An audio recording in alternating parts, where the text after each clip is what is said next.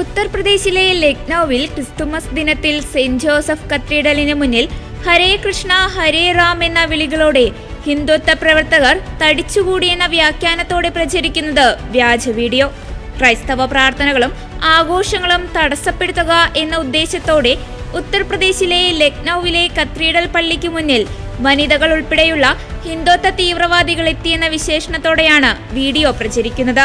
തുർക്കിയുടെ ഔദ്യോഗിക വാർത്താ ഏജൻസിയായ TRT വേൾഡ് ഉൾപ്പെടെയുള്ള മാധ്യമങ്ങളും വ്യാജ വീഡിയോ പങ്കുവച്ചിരുന്നു. ക്രിസ്തുമസ് ആഘോഷം തടസ്സപ്പെടുത്തുക എന്ന ഒറ്റ ലക്ഷ്യമേ ഇവർക്കുണ്ടായിരുന്നുള്ളൂ എന്ന് സോഷ്യൽ മീഡിയ പോസ്റ്റുകളിൽ പറയുന്നു.